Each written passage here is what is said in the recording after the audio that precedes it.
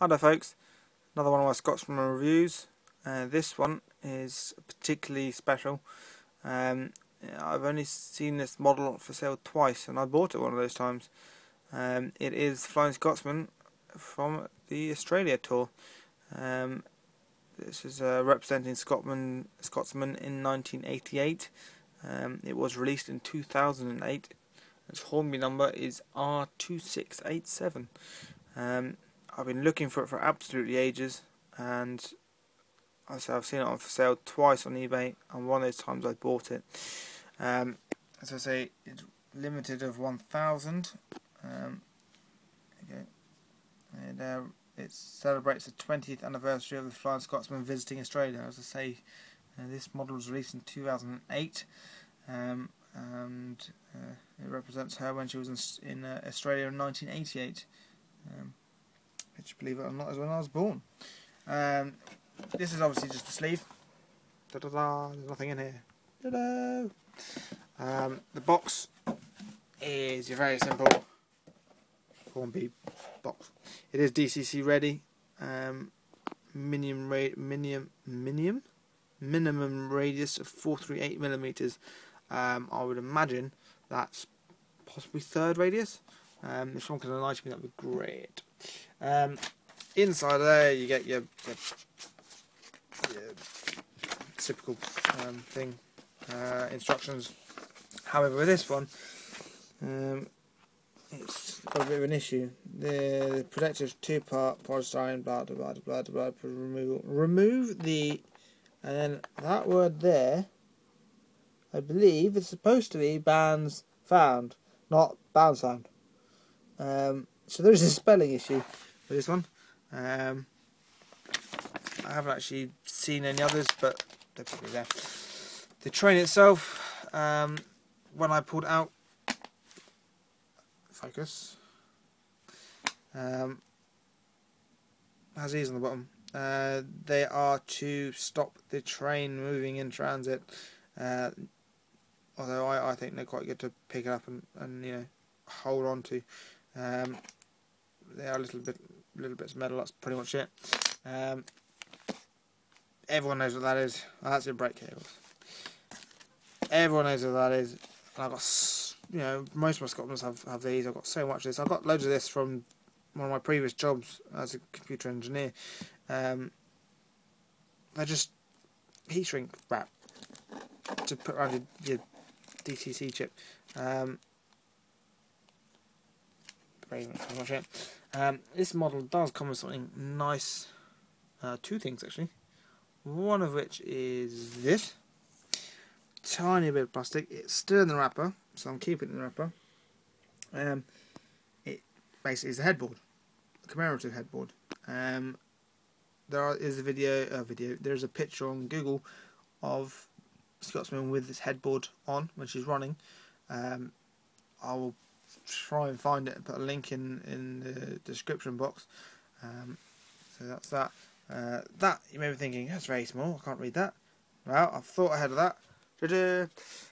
I scanned it and I printed out a large copy. It just says Melbourne, Broken Hill, Adelaide and Sydney. Flying Scotsman to Alice Springs. You can't read that one very well. 4,000 miles in 27 days on the 4th of August 1988. So, nice to focus in while I just finished reading it. And then the other special thing about this is this. It's a certificate. It's number 187. Flying Scotsman service in 1923 as Class A1 and was rebuilt to Class A3 in 1947. Preserved since 1963, it toured Australia in 1988 as part of the nation's bicentennial celebrations and establishing a new record for the longest non-stop run ever recorded by a steam locomotive at 442 miles at 711 kilometres. In 2004, Flying Scotsman became part of the working collection of the National Railway Museum in New York. I would just said National Railway Museum. Put that in there. This Hornby model of Flying Scotsman has been produced as a certified limited edition of 1,000 pieces. And it is number 187. So it's quite an early one. I would say recent 2008. Nice, simple, single loco certificate. Obviously my America tour is a lot larger. The 2011s are the same as this. The gold one is actually a lot older. It has a fold out bit. Actually, this is the same style as the gold mallard I've got, which I will be doing a review on at some point.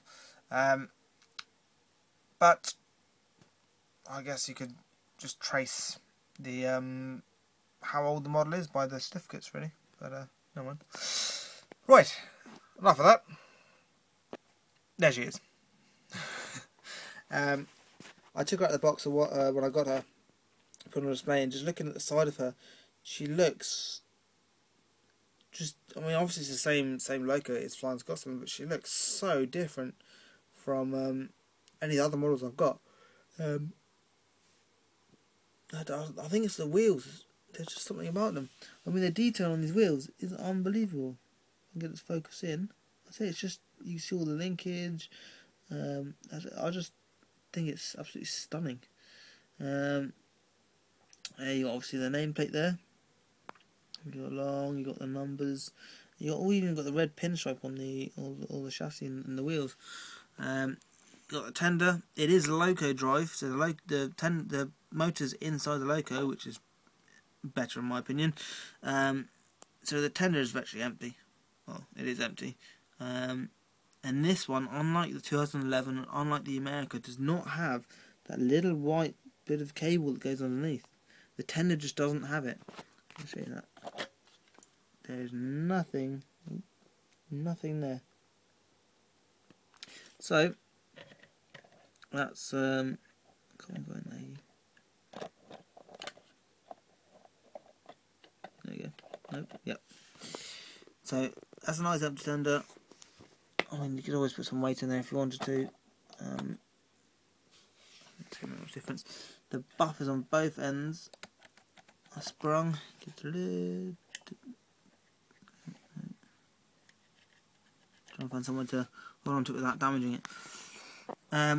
She does have a single chimney. Sir Alan Pegler, when he bought her out of, when he got her straight away, the first thing he did was remove all the British Rail things. That included the double chimney and the smoke deflectors. Of course, the smoke deflectors were there because the double chimney was creating softer smoke, which was going downside and getting the driver's view. So the smoke deflectors were an easy way out of that. It has got a single chimney though. This one looks very graceful. Looks very much like a steam engine. It's always good. I have actually had to repair this. You may be able to pick out there. There's a blob of glue just in the centre there, and one just on the there. That was hanging off. I'm annoyed at the glue because it's bobbed up like that. It's very, very annoying. But nonetheless, it's fixed now. The tops up here, like the 2011 ones, they close and open. That's that really. It is a corridor tender. You can see that. You can see the corridor running on the side there. Alan Pegler got a corridor reunited there with a corridor tender. And so you can see it on the back. On the other side, let's move the other way. On the other side, yes, I am doing it on a box. It just seemed a bit easier. Exactly the same. Linear. It's very well done. It is a super detailed model.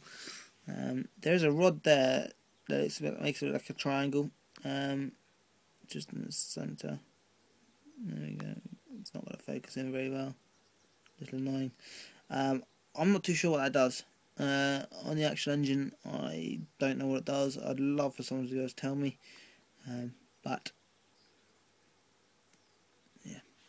There is also writing on just under this 4472.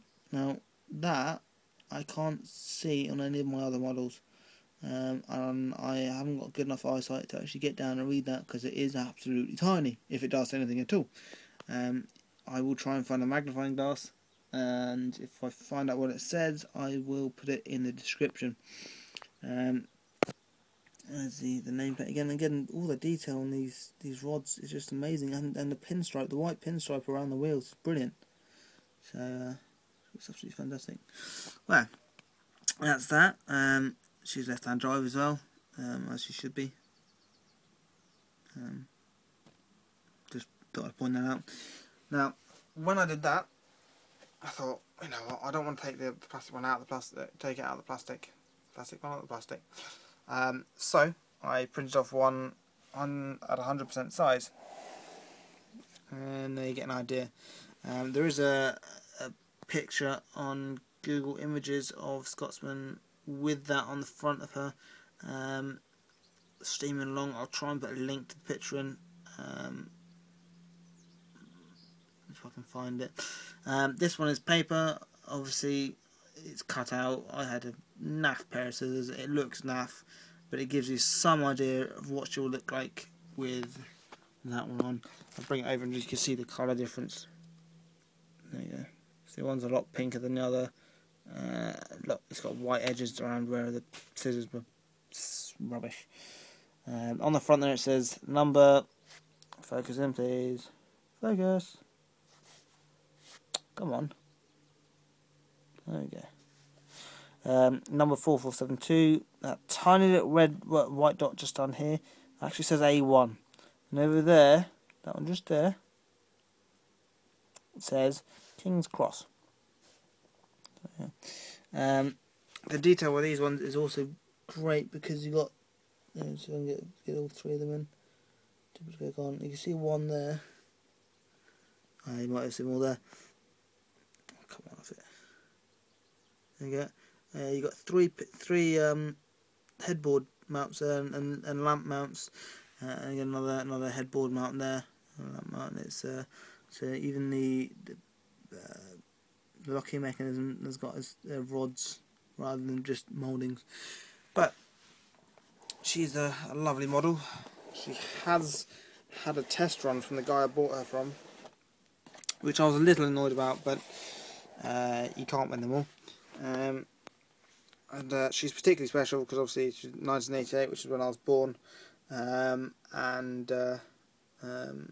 it's the last limited edition model of Flying Scotsman that I needed to get.